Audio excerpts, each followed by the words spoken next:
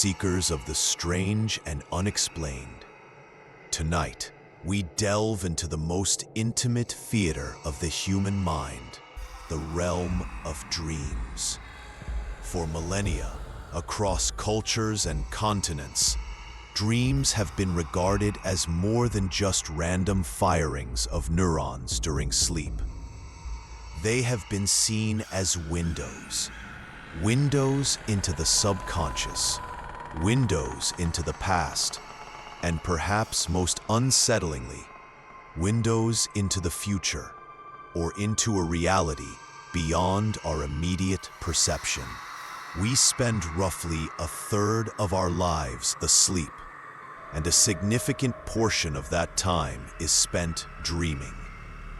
We construct entire worlds, encounter people both familiar and alien, experience emotions ranging from pure bliss to absolute terror. But what happens when these fleeting, ethereal landscapes begin to bleed into the solid, tangible world we call reality? What happens when a nightmare isn't just a bad dream, but a preview? What happens when a scene witnessed in sleep manifests detail for chilling detail in your waking? This phenomenon is one of the most enduring mysteries of human experience. Is it mere coincidence? Is it the subconscious mind processing information we didn't consciously register? Or is it something far more profound? A glimpse behind the curtain of reality, suggesting a connection between our inner world and the outer one that we barely understand. Tonight, we explore this unsettling intersection through the lens of 3 accounts. Stories submitted to us and curated for their chilling detail and the undeniable synchronicity they describe. Stories where the veil between the sleeping mind and the waking world grew thin, and the impossible became terrifyingly real. These are accounts of individuals who experienced dreams so vivid, so specific, that when elements of those dreams appeared in their waking lives, it shattered their understanding of what is possible. They are stories that make you question the very fabric of time and consciousness. Prepare yourself, dim the lights, silence the distractions, and listen closely, for the line between the dream world and the real world might be far more porous than you think.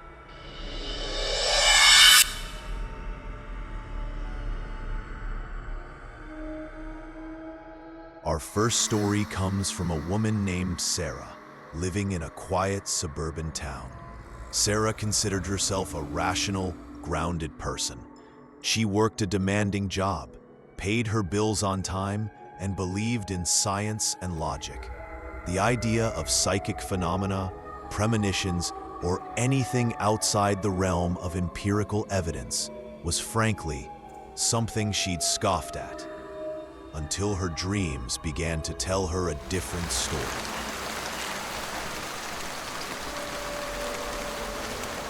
Sarah had recently moved into an older house.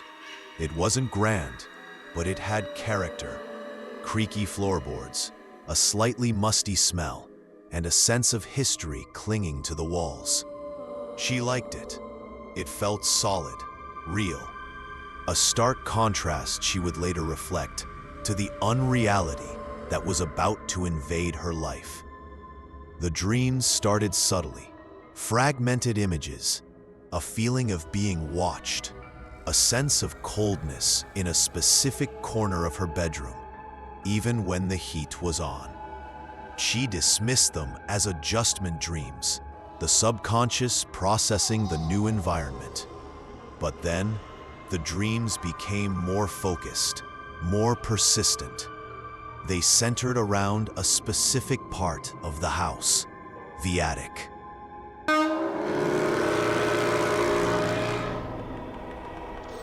The attic wasn't easily accessible. The entrance was a pull-down hatch in the ceiling of the upstairs hallway closet. Sarah hadn't even opened it yet. It was just there, an unseen space above her. In the dreams, she was always in the attic. But it wasn't just being there, it was the details. The dreams were incredibly vivid, almost hyper-realistic. She could see the rough-hewn beams, thick with dust and cobwebs. She could smell the dry, stale air, a mix of old wood, insulation, and something else, something faintly sweet, yet cloying, like decaying flowers. She would move through the attic in the dream, her bare feet silent on the dusty floorboards. The light was always dim, filtering through a single grimy window at one end. And there was always a sense of deep, profound sadness, an echo of something lost or forgotten. The dreams recurred night after night. Each time, the details were consistent. The layout of the attic, the slant of the roof, the way the dust motes danced in the weak light. She saw specific objects, a stack of old trunks covered in worn leather, a lone, rocking chair draped with a sheet, and in a far, shadowed corner near the chimney stack, a small, wooden box. This box became the focal point of the dreams.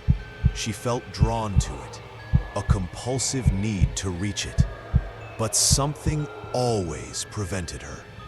Sometimes, the floorboards would give way beneath her.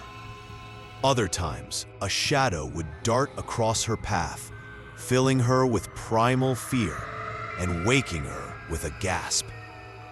The most disturbing element was a symbol. Etched into the wall near where the box lay in the dream was a symbol. It was crude, hand-drawn, almost childlike. It looked like a circle with 3 lines radiating from the top, like a simplified crown or perhaps a distorted sun. It meant nothing to her, yet in the dream, seeing it filled her with a deep sense of dread.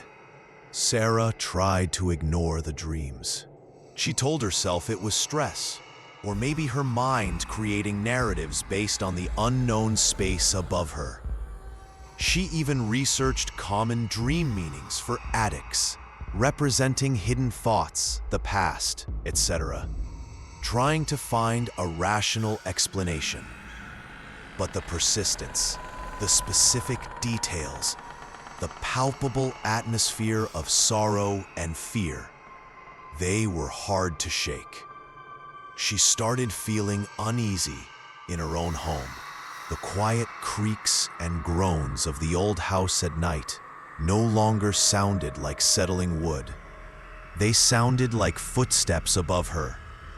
The old house at night felt more pronounced. She found herself glancing up at the ceiling of the hallway closet, a knot of anxiety tightening in her stomach. One evening, after another particularly vivid dream about the attic and the box, Sarah couldn't stand it anymore. The dream had felt too real, too insistent. The image of the symbol near the box was burned into her mind. With a sense of reluctant dread, she fetched a stepladder and a flashlight. Standing in the hallway closet, she looked up at the hatch. It seemed heavier, more foreboding than she'd imagined. Her hands trembled slightly as she reached up. Pulling the hatch down was a struggle. It scraped loudly against the frame, sending a shower of dust down onto her. The air that descended from the opening was exactly as in her dreams, dry, stale, and carrying that faint, unsettling, sweet smell.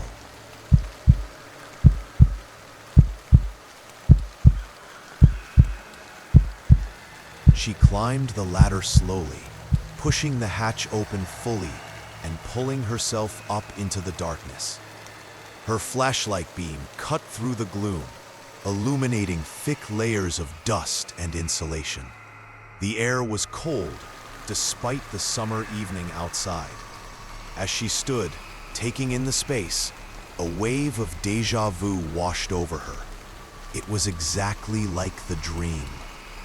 The rough beams, the slant of the roof, the single grimy window filtering weak, gray light from the outside. Even the arrangement of the dusty trunks and the sheet-draped rocking chair matched.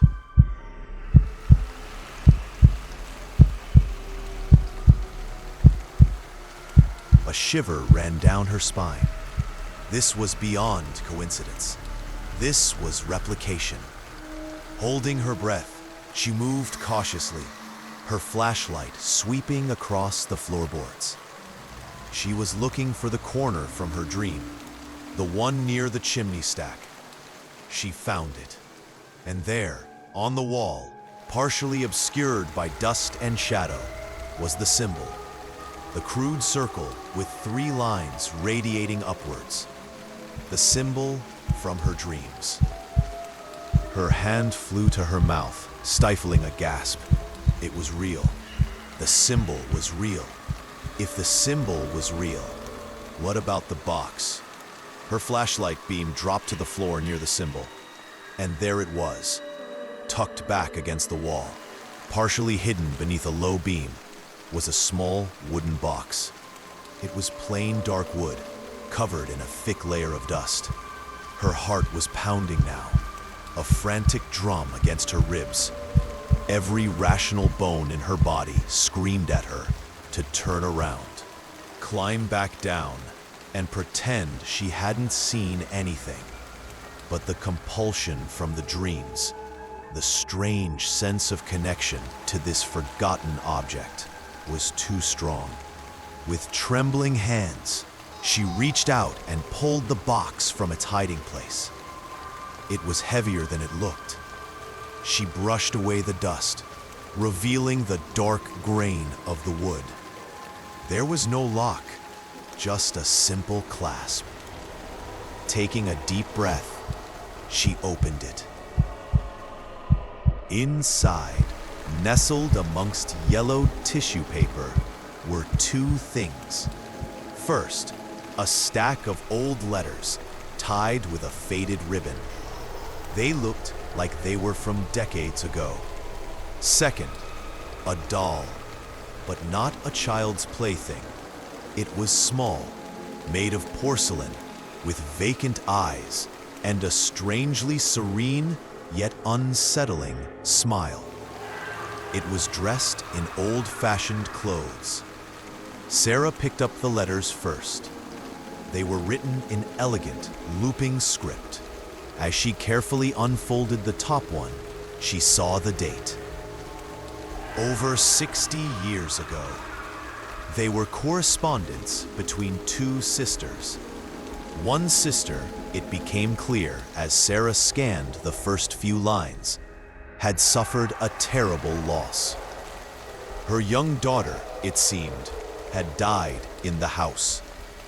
The letters spoke of grief, of lingering presence, and of hiding away precious mementos that were too painful to look at. The second object, the doll, was mentioned in one of the later letters. The sister described it as her daughter's favorite, a comfort she couldn't bear to part with, but also couldn't bear to see. She had hidden it away, along with the letters, in the attic, hoping time would ease the pain of remembrance. The symbol, Sarah realized with a jolt, was likely something the grieving mother had drawn, perhaps a personal mark or a protective ward, near where she hid her daughter's treasures. Holding the box, the letters, and the doll in the dusty, silent attic, Sarah felt a profound sense of intrusion, but also a chilling connection. Her dream hadn't just shown her a place, It had guided her to a hidden piece of the house's history, a secret tucked away with grief and love decades ago. How could she have dreamed such specific, accurate details about a space she had never entered and objects she had never seen? The layout, the lighting, the symbol, the box, it was too much to be mere chance. The experience fundamentally shook Sarah's rational worldview. She couldn't explain it. Was it a residual energy in the house? Had the dreams been a form of communication across time, perhaps from the grieving mother or even the child? Or was her subconscious capable of perceiving things far beyond her conscious awareness? She eventually brought the box and its contents down, feeling a strange sense of responsibility for these forgotten relics. She researched the history of the house and found records confirming the tragic death of a young girl there decades prior. The dreams about the attic stopped after that night, but the unsettling knowledge remained. The knowledge that her sleeping mind had accessed a hidden reality, a past secret, and led her directly to it. The line between her dreams and the tangible world had blurred in a way she could never have imagined. Sarah's story is a powerful example of a dream seemingly revealing a hidden truth about the past and present environment. It raises questions about memory, history, and whether places can hold echoes of past events that are accessible through altered states of consciousness, like dreaming. But what about dreams that seem to peer into the future? Our second story involves Mark, a pragmatic engineer, a man who dealt with blueprints, calculations, and concrete facts. His life was built on predictability and order. He had no time for superstitions or the ethereal, until a dream gave him a deadline he couldn't ignore.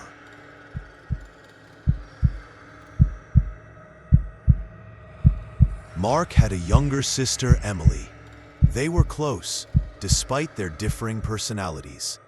Emily was more free-spirited, artistic, and, in Mark's opinion, sometimes a little careless. He often worried about her, a typical older brother trait. The dream occurred on a Tuesday night.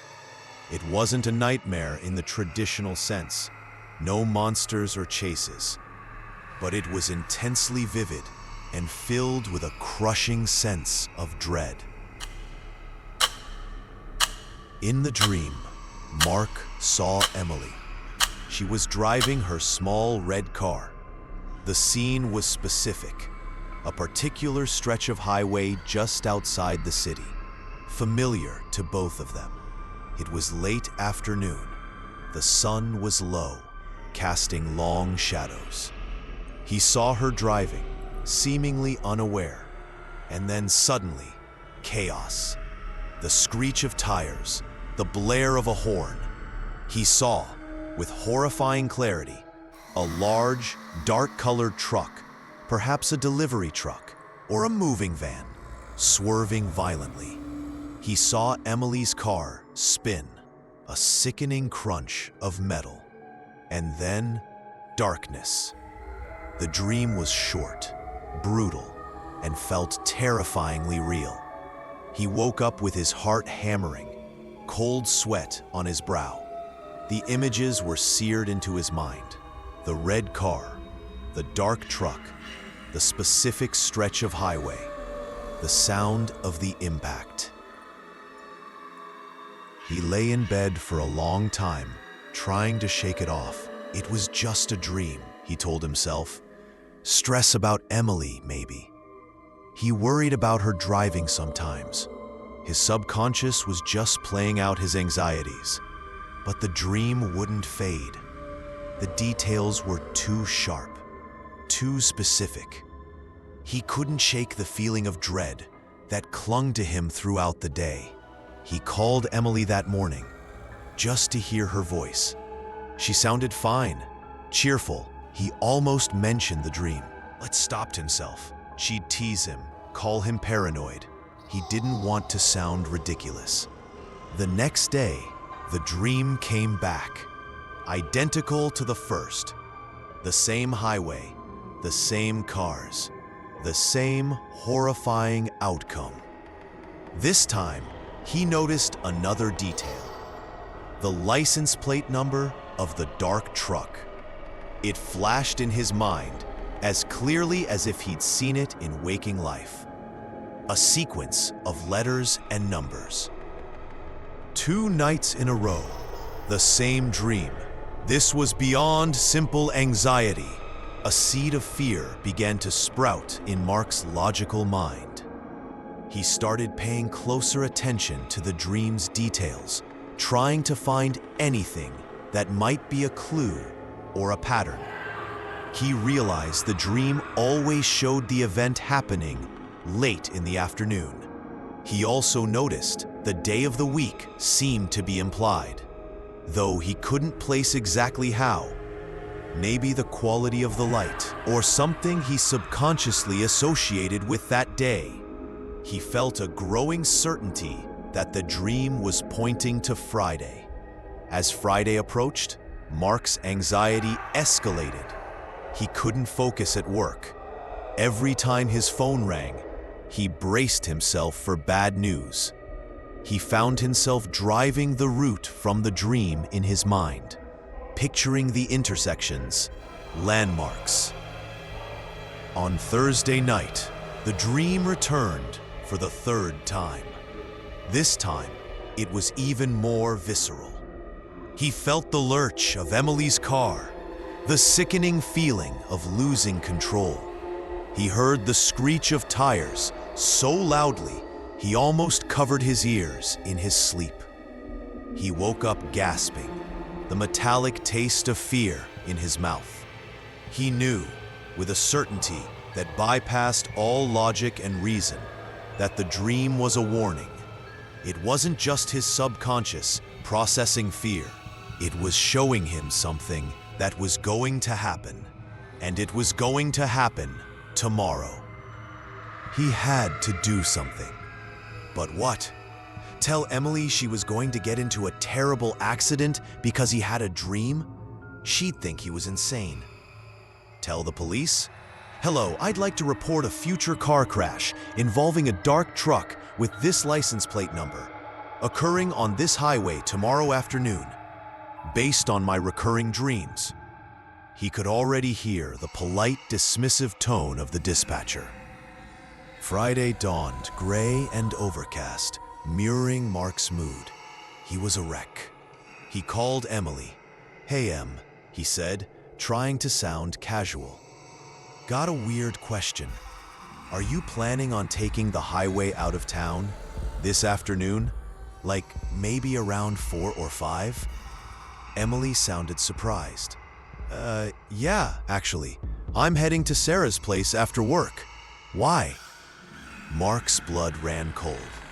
The time, the route, it matched the dream perfectly. "Just curious," he stammered.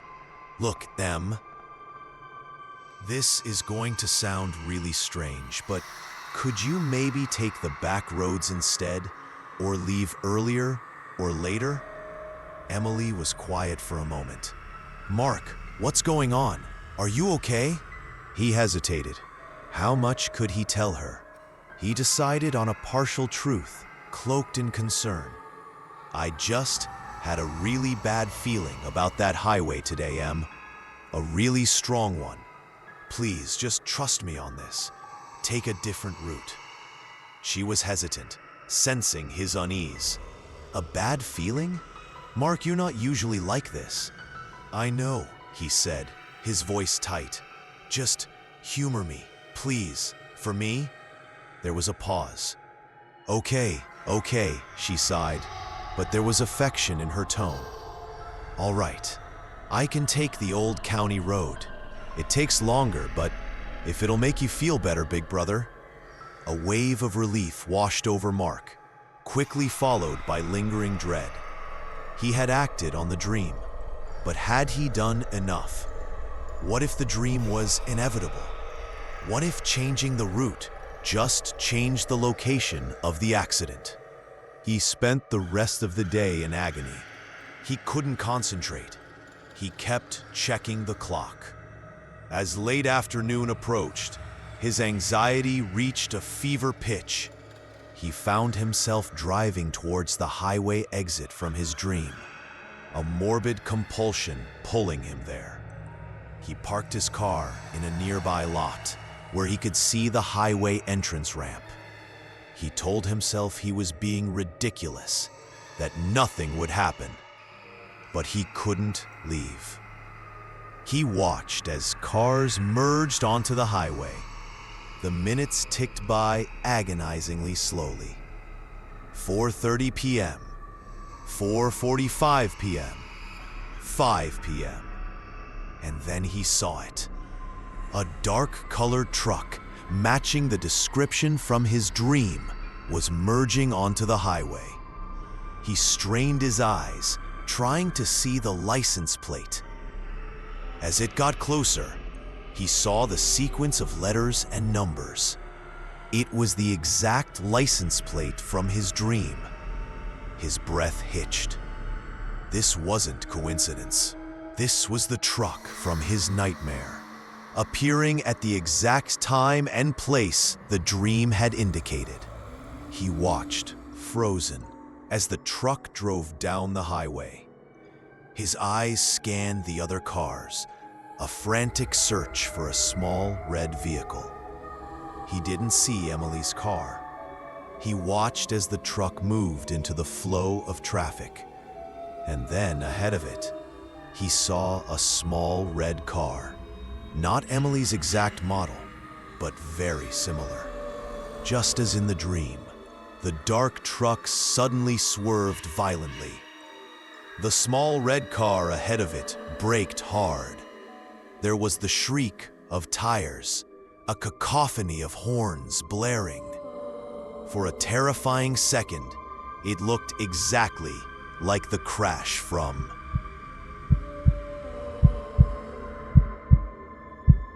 Our final account brings us to a different kind of connection. One not tied to a place's history or a future event, but to the subtle, unseen experiences of another person. This is the story of Anya, a graphic designer living a busy, modern life, who learned that the bonds of family might extend into realms far beyond our conscious awareness. Anya was close to her family, particularly her grandmother, Eleanor. Eleanor lived a few hours' drive away in a smaller, quiet town. They spoke on the phone regularly, sharing the mundane details of their lives. Anya cherished these calls. Her grandmother was a source of quiet wisdom and unwavering affection. Eleanor was in her late 70s, independent, but starting to experience some of the typical frailties of age. Anya worried about her, as anyone would, but tried not to dwell on it, trusting her grandmother was capable and her neighbors were watchful. Anya's life was fast-paced. Long hours at work, social commitments, the constant buzz of digital communication. Her dreams, when she remembered them, were often fragmented reflections of her day. Deadlines, color palettes, scrolling screens. They rarely felt significant, certainly not prophetic or revealing. Then came the dream of the wrist. The first time was a Monday night. Anya found herself dreaming she was in her grandmother Eleanor's house. It was late afternoon, the kind of soft, fading light that enters through familiar windows at a specific time of day. The house felt real, solid.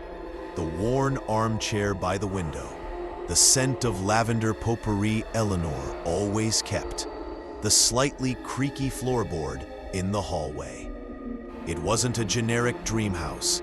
It was Eleanor's house, rendered with uncanny accuracy. In the dream, Eleanor was there. She wasn't speaking, just moving quietly around the living room. Anya felt a strong, undefined sense of unease. It wasn't a feeling of immediate danger, but a deep, persistent worry, like a low-grade ache. And then, Anya's attention was drawn to Eleanor's hands, specifically her left wrist.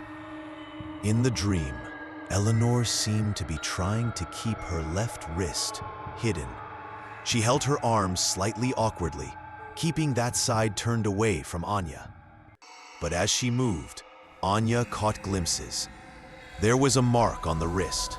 It was dark, a bruise, but it had a peculiar, irregular shape.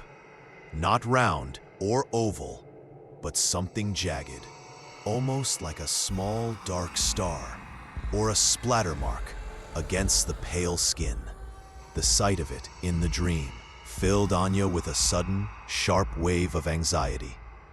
It felt wrong, out of place, and the way Eleanor was trying to conceal it only amplified the feeling of hidden distress. Anya wanted to ask, to reach out, but in the dream, she couldn't speak, couldn't move towards her grandmother. She could only watch. The unsettling image of the strangely shaped bruise burned into her mind, the feeling of worry intensifying until she woke up abruptly, her heart pounding. She lay in the dark, the image of the bruised wrist vivid. It was just a dream, she told herself. A random, unsettling image. Maybe she was subconsciously worried about Eleanor's health, and her mind had manifested that anxiety visually. She dismissed it, tried to go back to sleep, but the image lingered. The specific shape of the bruise was unusually persistent. The next night, the dream returned. Identical scene, identical feeling. Eleanor in her living room, the fading afternoon light, the scent of lavender, the same awkward way she held her arm, trying to hide the left wrist. And the bruise. This time, it seemed even clearer. The strange, star-like or splatter shape, more defined against the skin. The sense of hidden distress, of something being wrong that Eleanor wasn't revealing, was palpable. Anya woke up even more unsettled than before. 2 nights in a row, the exact same, specific, unusual detail. This was no longer easy to dismiss as random anxiety. Anya knew her grandmother was generally healthy. No history of serious falls or injuries. Why this specific image? Why the secrecy in the dream? She called Eleanor the next morning. "Hi, Grandma. Just checking in. How are you doing?" Eleanor sounded her usual cheerful self, talked about her garden, the book she was reading, the weather. Anya listened intently, trying to detect any hint of pain or discomfort in her voice. There was none. Anya hesitated. Should she mention the dream? No, it would sound ridiculous. "Grandma," she asked, trying to keep her tone light, "have you, bumped yourself recently? Like your arm or wrist?" Eleanor paused. "My arm? No, dear. Why do you ask? I'm fine." Her voice was genuinely surprised. Anya felt a flicker of relief, quickly followed by confusion. If it wasn't real, why the persistent, vivid dream? "Oh, no reason," Anya said quickly. "Just had a weird thought. Glad you're okay." They talked for a few more minutes, and Anya hung up feeling slightly reassured, but the image of the bruised wrist and the feeling of unease remained stubbornly present. The dream came a third time that week. This time, it felt less like watching and more like being there with a heightened sense of awareness. Anya could almost feel the texture of the air, the quietness of the house, and the bruise on Eleanor's left wrist was starkly, horrifyingly clear. The irregular, dark shape seemed almost to pulse with a quiet pain. The feeling of hidden vulnerability was overwhelming. Anya woke up with tears in her eyes, a profound sense of worry settling deep in her chest. This was beyond coincidence. This was beyond normal anxiety dreams. The specificity of the mark, the location, the feeling of hidden distress, it was too much. Anya felt an urgent, undeniable need to see her grandmother, not just talk on the phone. She needed to see her with her own eyes. She arranged to visit that weekend, citing a sudden urge for a family visit, which wasn't entirely untrue. The drive felt long, filled with a nervous anticipation she couldn't shake. She rehearsed conversations in her head, trying to figure out how she could possibly check her grandmother's wrist without seeming completely bizarre. When she arrived, Eleanor greeted her warmly, her smile as comforting as ever. The house was exactly as in her dreams. The familiar furniture, the scent of lavender, the specific pattern of light falling through the windows. Anya felt a strange, unsettling wave of déjà vu, almost as if she had already lived this moment. They spent the afternoon talking, drinking tea. Anya watched Eleanor subtly, her gaze occasionally drifting to her grandmother's hands as she gestured or held her teacup. She saw the usual signs of age, the thin, delicate skin, the prominent veins, but no mark, not on her right wrist or the back of her hands. Maybe she had been wrong. Maybe it was just a dream, a cruel trick of her subconscious. The relief was immense, but tinged with confusion. Later that afternoon, as they were looking through an old photo album together, Eleanor reached across the table to point something out. As she did, the sleeve of her cardigan shifted slightly, and Anya saw it.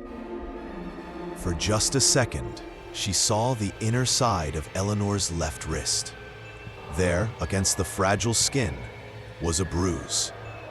It was faded now, turning yellowish at the edges, but the dark center still clearly held the shape from her dreams. The irregular, star-like, or splatter mark. Anya's breath caught in her throat, her eyes fixed on it. Eleanor, sensing her gaze, quickly pulled her sleeve back down. A flicker of something unreadable, perhaps embarrassment or a desire to hide, crossing her face. "Grandma," Anya said, her voice barely a whisper. "Your wrist." Eleanor gave a little sigh, a sound of gentle resignation. "Oh, that. It's nothing, dear. Just a clumsy moment." Anya reached across and gently took her grandmother's hand, pushing the sleeve back up. The bruise was undeniably real. It was the exact mark from her dreams, in the exact location. "Grandma, what happened?" Anya asked, her voice filled with concern, but also a tremor of fear at the impossible reality unfolding before her eyes. Eleanor finally explained. A few days ago, she thought it was maybe Tuesday, the day after Anya had her first dream. She had tripped slightly over the rug in the hallway. She hadn't fallen completely, had caught herself, but had awkwardly twisted and hit her wrist hard against the sharp corner of the old wooden console table there. It had hurt quite a bit at the time, and the bruise had come up quickly. She hadn't wanted to mention it to Anya on the phone because she knew Anya worried, and it really wasn't serious, just a painful bump. Anya listened, nodding, her mind reeling. Tuesday, the day after her first dream. Eleanor had sustained the injury after Anya had the initial dream of the bruise, but before the subsequent, more vivid dreams that had compelled her to visit. This wasn't precognition in the sense of seeing a far future event. It was something stranger. Was her subconscious picking up on the injury as it happened, or shortly after, somehow transmitting that information across the distance? Was the shape of the bruise significant? Perhaps a unique signature of the injury that made it recognizable? Anya looked at her grandmother, then back at the bruise, then around the familiar, solid living room. The reality she thought she understood felt suddenly fragile, permeable. Her dream hadn't just shown her a random image. It had depicted a specific, physical reality happening miles away, a reality her grandmother was trying to conceal. The conversation shifted back to the photo album. But for Anya, the visit was now colored by this profound, unsettling revelation. She looked at her grandmother with a new kind of awareness, wondering what other hidden pains or experiences might be silently known to her on some deeper, unconscious level. She left that weekend feeling shaken, but also strangely connected. The dreams about the wrist stopped, just as Sarah's attic dreams had ceased after the discovery. But the knowledge remained, the undeniable proof that her sleeping mind had accessed information about her grandmother's physical state, information she had no conscious way of knowing. It wasn't a ghost or a car crash.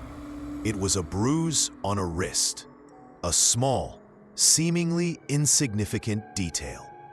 Yet, its manifestation in her dreams, with such specific accuracy, was as terrifying and inexplicable as any grander paranormal event. It suggested a level of connection between individuals, particularly those with strong bonds, that science currently cannot account for. It suggested that sometimes our dreams don't just reflect our inner world, but can somehow read the subtle, hidden realities of the outer world, even when those realities are miles away and intentionally concealed. We've explored 3 chilling accounts where the veil between sleep and reality grew thin. Sarah, Mark, and a third compelling case each experienced a synchronicity so profound it shattered their understanding of the possible. Coincidence? Premonition? Or something far more profound? A connection between our inner dreamscapes and the tangible world we inhabit. The mystery endures. What do you believe? Have you ever experienced a dream that felt like a window into reality? Share your own unsettling experiences in the comments below. If these stories have resonated with you or made you question the nature of dreams, please consider subscribing to our channel for more journeys into the unknown. Hit the notification bell so you don't miss our future explorations. A like and a share helps us reach more seekers of the strange and unexplained. Thank you for watching. Stay curious and perhaps pay a little closer attention to your dreams.